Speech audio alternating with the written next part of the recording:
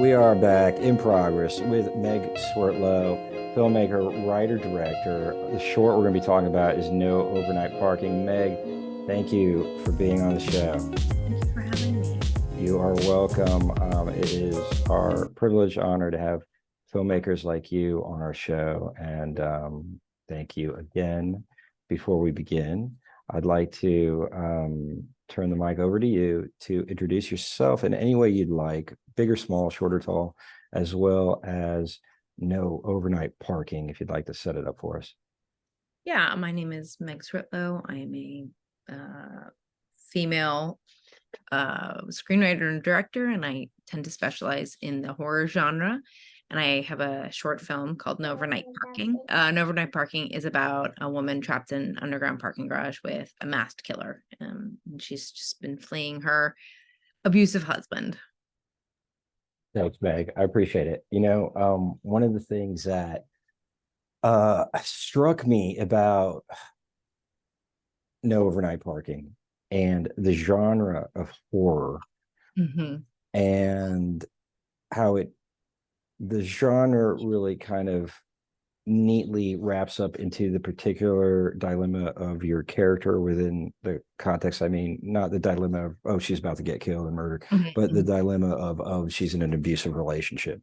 Yeah, And so, like, the genre is like, there's always this, like, the audience knows, hey, don't do this. Don't yeah, do, you got that's a three bad idea. minutes. It's a bad, you That's got a three bad minutes. idea. Why are That's a you not out of there? You should have been out of there an hour prior to the 3 minute mark. Something bad is going down. So with that kind of said, and the foreknowledge, and here's this character, right? Here's character is a powerful character. She's a go-getter, she's a doer, she's doing Mhm. that, she's doing this, she's on the Mhm. phone, she's taking care of the kids, she's taking care of work. This guy's annoying her. She's a strong female character, right? Mhm. And here she is in this abusive relationship, and here, and behind the scenes, this other kind of part is playing out in itself. So to the first question, kind of setting that up as a framework to help us dive into what was the inspiration in your life that kind of unfolded in this way, in terms, okay, here's this creative strong female, yet she's has this Achilles heel that is so beyond her. She seems so much more capable than this particular thing. And what was it, the just that pre-kernel of an idea that made you say, okay, I'm going for this? I mean, for me, it's that I was in an emotionally abusive relationship, and I have a big personality. I have a strong personality, and I think, I got out of it, and I think for me, it was a lot of judgment on myself. Like, how could I let this man? And there were I dated a couple guys who like were violent, um and they were problematic people, and a lot of self-judgment on how did I get into those kinds of relationships. Like, I'm smart, I'm this, I'm that, I have a job, um and because it happens really slowly, and I think it's really easy to judge from the outside of obviously you need to get out of the parking garage. Obviously you need to get out of the relationship. But when you're in it, it happens really slowly. When someone if this is you, it's like when someone turns your whole perspective upside down. It doesn't happen overnight. It doesn't happen on day one. And so for me, I understand that. And I think a lot of people who haven't been in those kinds of relationships have a hard time understanding it. And so for me, I kind of wanted to make something from the relationship that those kinds of men. I think I wanted to make something from that, and hopefully, in a way, possibly illuminate maybe to women who don't know that they're in these emotionally or physically abusive I mean, they know they're in a physically abusive relationship, but kind of understand the manipulation, and maybe think that, you know clarified for them, or think that they could get out. So yeah, I just kind of wanted to highlight those kinds of relationships. Yeah, I totally get that. I was with my dear friend that I love very much, and she just recently got out of an emotionally um, abusive relationship. And it's like, you know, I know her, and I know, the struggles that, we've all been in relationships either with ourselves or others that aren't good for us. Yeah. And we're not seeing the red flags. And I think, to your point, it's like, hey, it happens slowly, slowly, and then it's sudden. And then maybe some of those red flags early, like the character, you're kind of like, oh, that's, just a little blood on that sign. That's okay. Maybe it's something else. Um, and it's really, a perfect metaphor. There's just a little blood on that sign. Maybe it's something else, and no, it's blood. And the thing, from my experience, is like, it always comes down to this. There's like these two kind of pronged things. Either it's a relationship that is familiar, so it's like parental, there's something there that's in a Mhm. dynamic that you've experienced, and therefore it's comfortable in Yeah. some way. Or there's just a self-worth thing, and likely it's both, right? There's like, this, I and it's terrible too, because you love the person, you love this person, and we are lovers, and we love, and it feels great to love, and but this person isn't changing, and they don't want to change, and they're don't think they have a problem, and they're way crossing the line. So I guess before jumping to the next question, it's like, what are your thoughts around that, for yourself, for women, for your character, you name it, for humans? I the what was the question? Well, there wasn't really a question. It was really, hey, there's two major kind of reasons why people continue these patterns of abuse. One is Mhm. it's Yeah.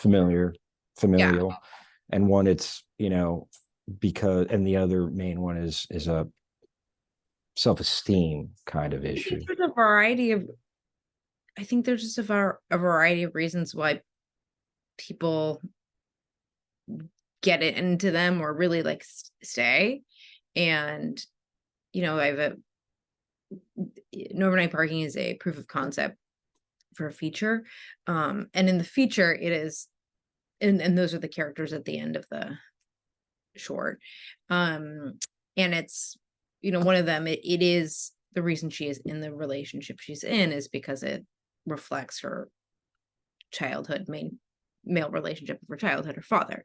So, I mean, this is not my experience, but that is one of the reasons. And so Yeah, so I it sounds like you connect with it. I mean, you can connect with, that's a lot of reason why, all these smart, awesome, amazing people continue this.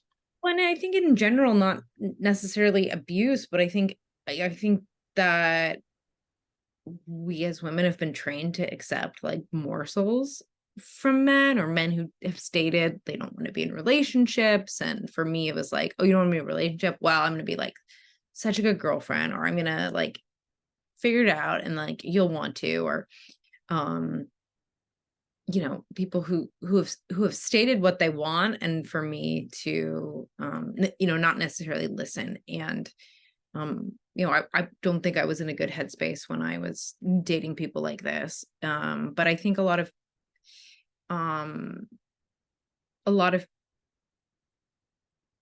I think a lot of men like don't always treat women great when it comes to dating. And I know that's not uh always true. I certainly have like a wonderful husband, and I just had like a lot of bad dating experiences. I used to do stand up, and I used to like go on dates and like talk about them, and there were a lot of like ridiculous dates and things that men, and I know it's vice versa. My experience is just like I am a female, and I went on dates with males.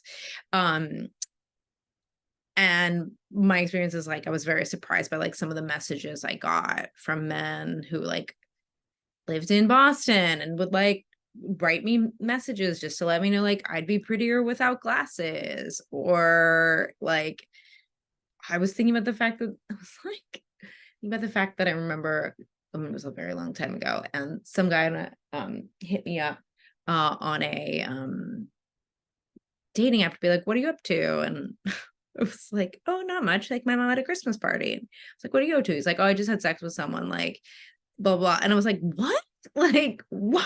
Saying this to me of like what's acceptable and what's not acceptable. I mean, that person was like, "Goodbye." Well, And yeah, immaturity is certainly rampant in the world. But that said, I think you made a super important point, and I think it's one that I can definitely identify with, just maybe a different context, but it's proving yourself through the eyes of another, right? You're trying to prove your own worth to yourself by saying, yeah. hey, you know um the next question, and maybe it's more pertinent for the future, but in terms of and sharing with anyone who is allowing themselves to be victimized, essentially, um, you know, how do people get out of a situation like that? I think they seek help, like go to a therapist and talk to friends and kind of, I mean, I think the reality is a lot of people aren't talking about kind of what is actually going on because there's a lot of justification. I mean, if you can get an overnight park in the short,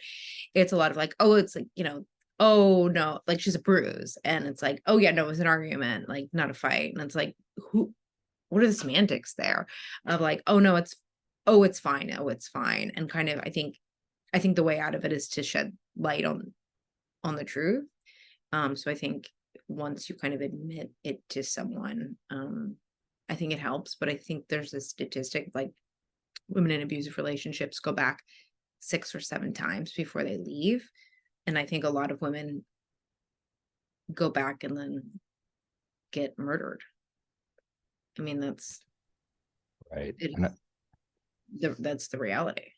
I think that what you just said is definitely where it starts. It's certainly acknowledging what's going on, seeing the truth and telling the truth to yourself, and then accepting it, not feeling like a failure. Because oftentimes we know the truth. It's just the feeling of feeling like a failure that we want to avoid when we admit it, the truth to ourselves. I mean, I think yes. I think that there's also it's like failure, but it's also there's like there's stakes of like with Alyssa's character, it's she has children, and then he uses the children to manipulate, like, the children miss you. Where are you? Look at a photo of us in happy times. We Yeah. miss, that kind of stuff. It's it's like it's what gaslighting is oh, I'm making this more of a big deal than it is.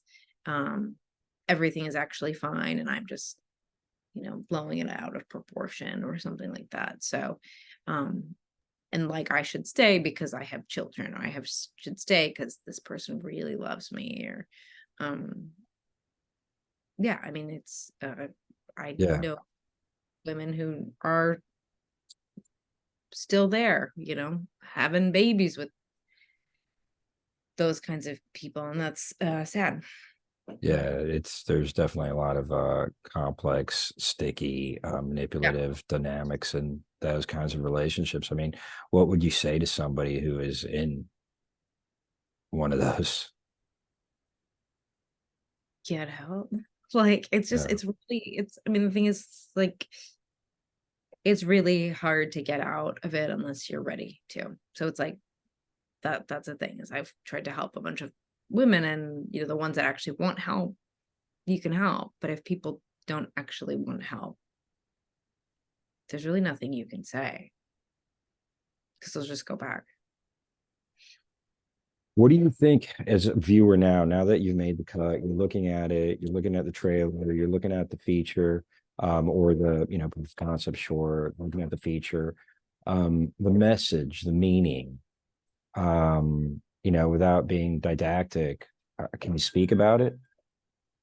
I mean, I think the message is fuck yeah, women are awesome. Fuck men. Yeah, I'd say that, but that you can get out, you Yeah, know, that you can fight back, that you can't get out. right, Uh, right. no, that's what I got. You have the power to get out of this, and you can do it if you Yeah. want. Yeah.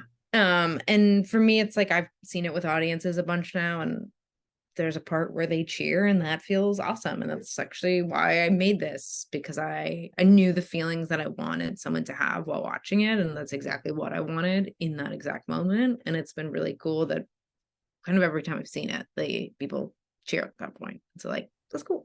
It's awesome. It's awesome. How have you been changed personally since making the short? I filmed it in February 2022. Um, and I got pregnant 2 weeks later. Like that was,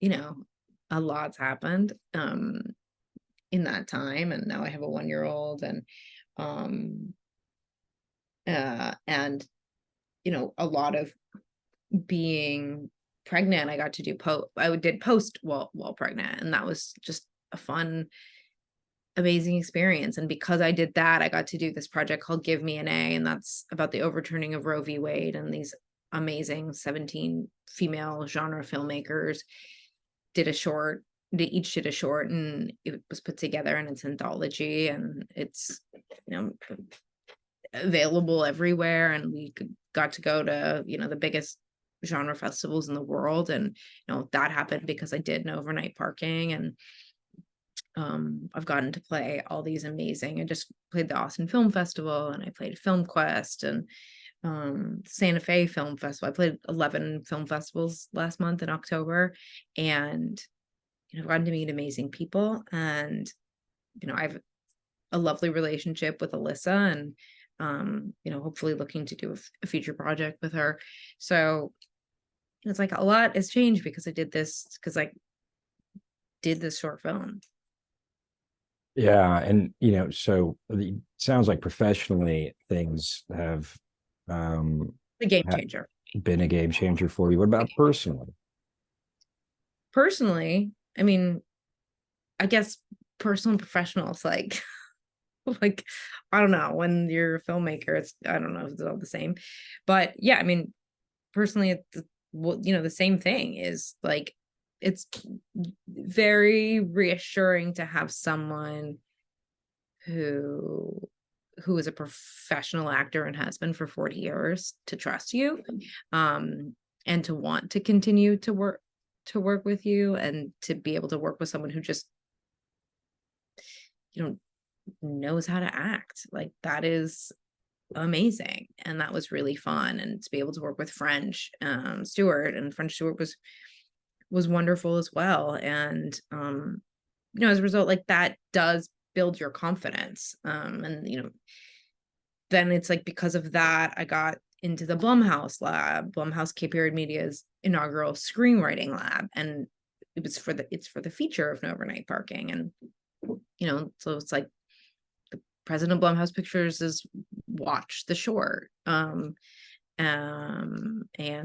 a bunch of people there have, and like that is cool. I don't know what is going to happen there with strike. So um but like that is my personal and professional life are like feel pretty intertwined at this point, because all I do is hustle to to try to get that stuff you know I going hear on. you. I hear you.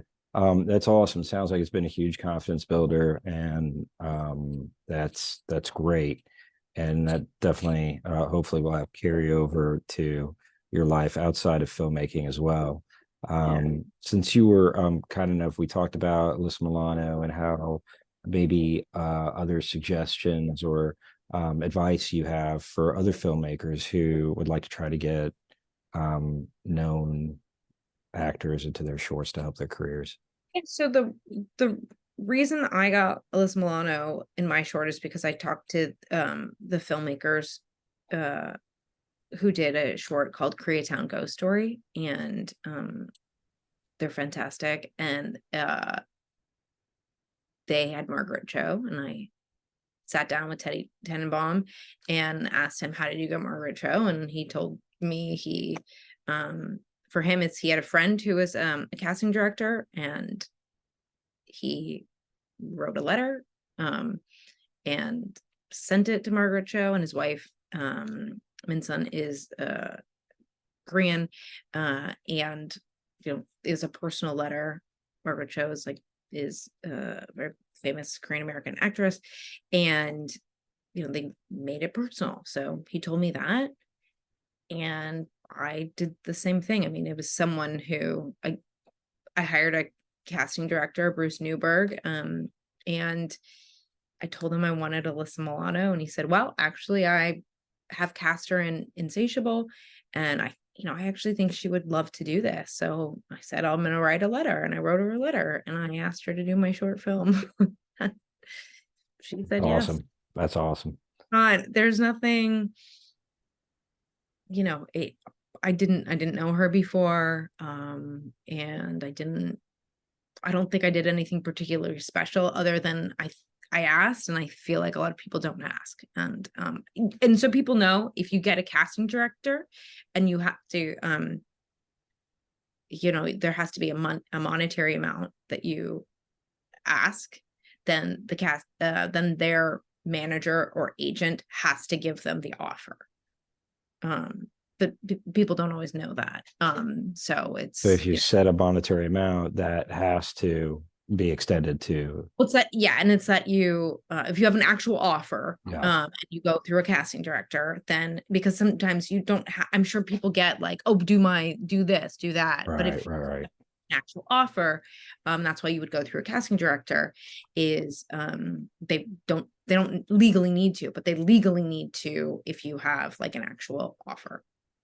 Meg Swartlow, thank you so much. That's really a great thing to pass on to the kids like us. Thank you. Thank you for being on the show. Meg Swartlow, filmmaker, Yes. no overnight parking, writer, director. Thanks for being here. Till next time, everybody, on Play It Forward Land. Peace, love, and thanks again, Meg. It was a pleasure. Yeah, of course. And follow me at Megbot3000 on Instagram, 2 G's, MEGGBOT 3000 Instagram. So thanks. Hells yeah. Thank you, Meg. All right, Meg, don't go anywhere. Love the double. I got two waves out of you. Waves. I wasn't sure.